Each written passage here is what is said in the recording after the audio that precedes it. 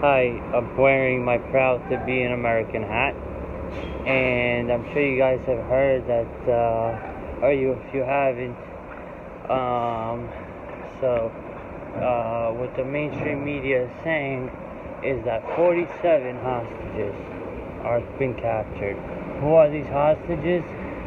Israeli soldiers, so they're not just regular civilians. So these are not just regular soldiers either, but these soldiers are intel soldiers and IDF fighters who have intel or give intel to the rest of the IDF, and they were stationed in Lebanon, and this is intel that's shared between the United States and America. So these aren't just regular soldiers. This wasn't just a ambush attack where they just took them hostage, because soldiers are trained to fight and, of course, kill. So what we see that happened is that this was a planned attack, and for the reason being that it was for a prisoner swap. They're asking for a list. We don't know the exact people, but they are hostages. They are detainees that are in Lebanon and Israel as well.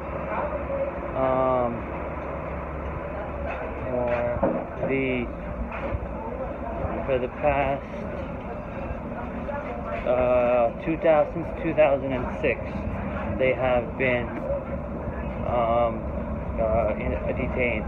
Now, it's a problem for the United States because we are at a time of trying to keep the peace. As you see, missiles haven't been fired so much, or thank God, at all into Israel, and hopefully they won't be. And it's a ceasefire, and they're trying to keep the peace, which is Israel's trying to keep the peace with Iran down, and we have other terrorist organizations that we've been fighting since the 7th of October.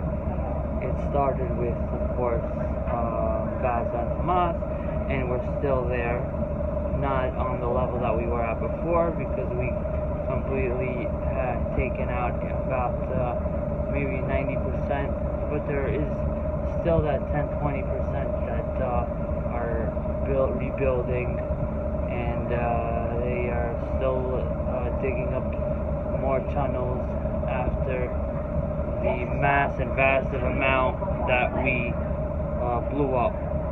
But we're trying to keep as much peace, because for them they think it's a victory, and you're going to see from the mainstream media they're going to say it's a victory for the Arab world, the Houthis in Yemen, and the militias, Shiites in Iraq, Syria, and also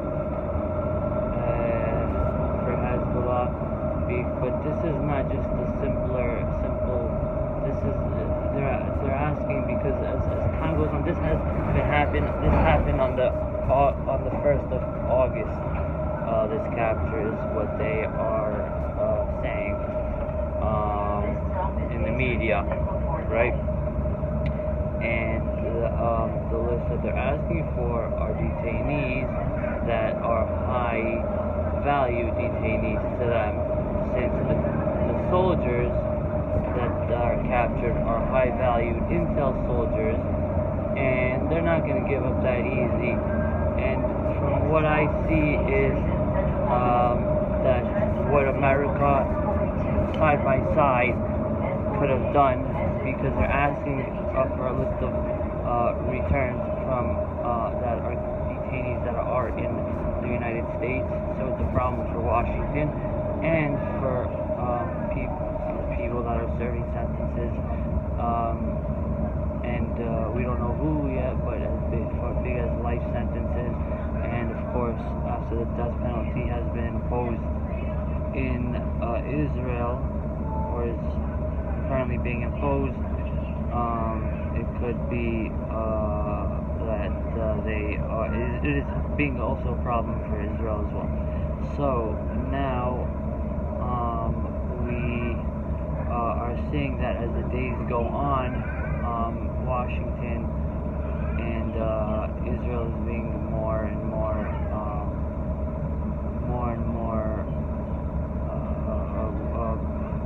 against and uptight and not willing to give up what the other side wants, which is their detained ex-Hezbollah members, terrorists that committed crimes, atrocities, and people that have blood on their hands. You could say American blood, Israeli blood. They're asking for soldiers that are ex-Hezbollah and ex-terrorist members. But as we know more, or as more information comes out, you're going to hear from the mainstream media that this is a success. This is not a success for them, because to them, anything that's terrorism is a success to the Houthis and to the Iranians and everything, because they thought that they had no more cards to play, Hamas, and now Hamas thinks that they're going to build back up after this so-called 47 people that have been detained. So as I get the complete story, I'm going to continue up on this and let you guys know more information, hopefully by tonight or tomorrow. So just stay tuned.